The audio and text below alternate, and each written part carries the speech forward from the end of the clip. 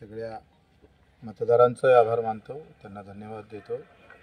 गेल्या 20 वर्षापासून ते आमच्यासोबत होते, आजही पण आहे। सगळ्या सामान्यातल्या सगळ्या जाती धर्मातल्या लोकांनी अतिशय ताकदीनं आमच्या बाजूने उभं राहण्याचा प्रयत्न केला। काही धार्मिक विवाद निर्माण करण्याचा किंवा जातीय तेढ निर्माण करण्याचा व्यवस्थित प्लॅनिंग काही लोकांनी केलं।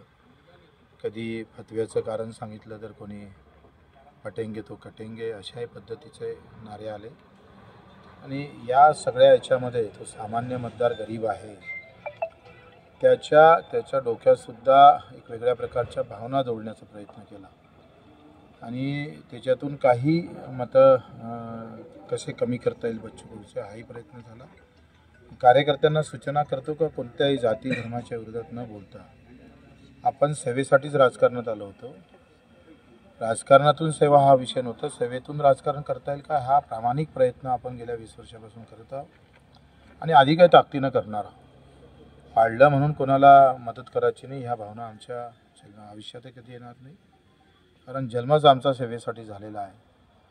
राजकारण पदासाठी झाला असतं तर एखाद्या पार्टीतून इतरांसारखा पाठिंबा घेऊन उभं राहून बच्चू कडूले आमदार होता आलं असतं, पण पार्टीचा गुलाम व्हायचा नाही, सामान्य माणसासाठी लढत राहायचं या भूमिका आम्ही आतापर्यंत जोपासल्या आहे। आणि या सगळ्या याच्यामध्ये काही लोक आव आणत आहे का बच्चू कडू को हमने गिराया।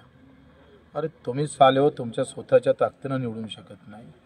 तुमची बॅनर आणि पार्टी जर काढली तर तुमची अवकात काय आहे एकदा आम्ही दाखवून देऊ। जे श्रेय घेण्याचा प्रयत्न करतोय का बच्चू कडूने हमने गिराया, तर तुमची अवकात काय तुम्ही दाखवून दिली आहे कितीकदा।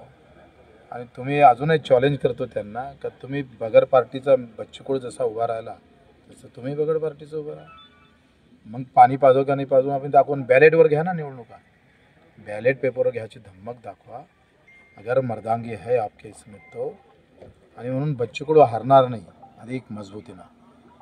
ज्या छत्रपतीचे मावळे आम्ही ह्या शिवरायांचे, त्या शिवरायांनी आम्हाला हे शिकवलं आहे आणि म्हणून ही सगळी ताकद आम्ही पुन्हा जनसेवेसाठी लढू, अधिक ताकदीनं आम्ही पाहतोय हा प्रयत्न आम्ही करूया।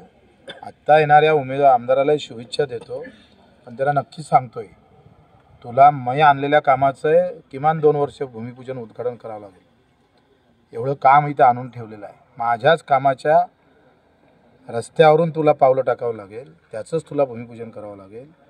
श्रेय घेता येईल पण काम बच्चूनं केलं हे लोकांच्या मनामनात आहे, मात्र तितकंच करा। अजूनही बच्चू कडूच्या कायम आहे। तलवारीमुळे बच्चू कडू असं नाही, आमदारकीमुळे बच्चू कडू आहे असं नाही, तर आमच्यामुळं आमदारकी अचलपूरची महाराष्ट्रभर गाजली होती। त्या आमदारकीची शान बच्चू कडूनं वाढवली होती।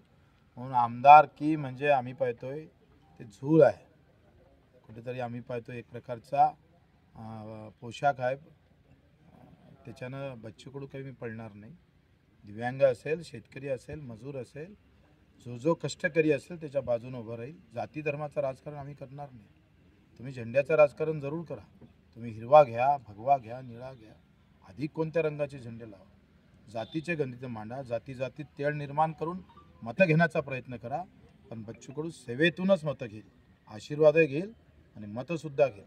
तुम्ही भडकवा ना जातीमध्ये, तुम्ही करा सगळे दंगे फंगे, पण बच्चू कडू आम्ही पाहतोय ज्या विचारानं उभा राहिला तो छत्रपती शिवरायांचा विचार आहे, तो बाबासाहेबांचा आहे, महात्मा फुल्यांचा आहे, अहिल्यादेवी होळकरांचा आहे, राष्ट्रसंत तुकडोजी महाराजचा हा जिल्हा आहे, गाडगेबाबांचा आहे।